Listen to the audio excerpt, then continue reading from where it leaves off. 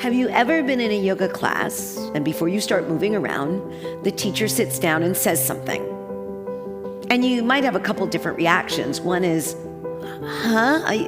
what did she just say? Or what did he just say? Or that's kind of interesting. Or,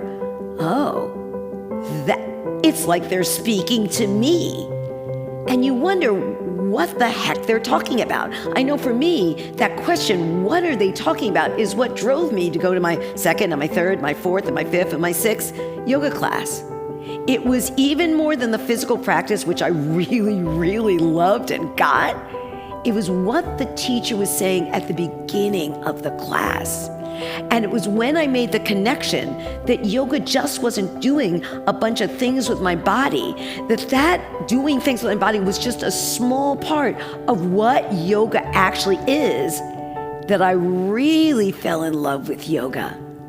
I began to understand that not only was yoga making me stronger and making me more flexible and actually making me understand that there were different parts of my body. It was making me understand that there's different parts of my mind.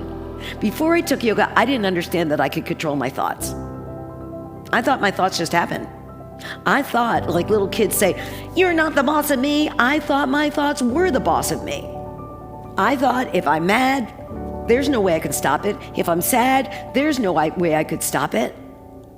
But what yoga philosophy teaches us is that our thoughts are things. Just like I have a shirt and I have a ring and I have a microphone on, but that's not who I really am. And just like I can change my shirt, I can take off my ring, I could take off the microphone, I could change my thoughts. I could literally change my mind. And not like a change of my mind, I think I'll wear green today instead of gray. A changing of the way my mind is shaped. And yoga philosophy taught me that everything tracks back to my mind. Maybe some of you have heard this thing. It says that from your thoughts come your words, from your words come your actions, from your actions come your habits, from your habits come your character. It all tracks back to your mind and the thoughts that are in it. And when I learned that, it was, to use that expression, mind-blowing. When I learned that, I changed because I realized I wasn't a victim to my thoughts. My thoughts that are like a squirrel on cappuccino, always running around, they weren't the boss of me. I was the boss of it. And what yoga taught me is that is a practice, and that you shouldn't feel bad about it, that I have trouble calming my mind.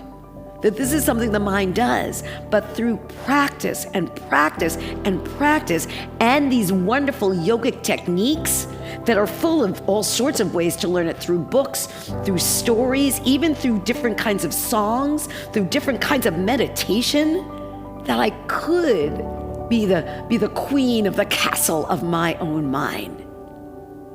Yoga philosophy in a time when the world is just kooky, yoga philosophy has given me the tools to be able to get up and go face the day after day, in a calm, peaceful, and I will say joyous way of being.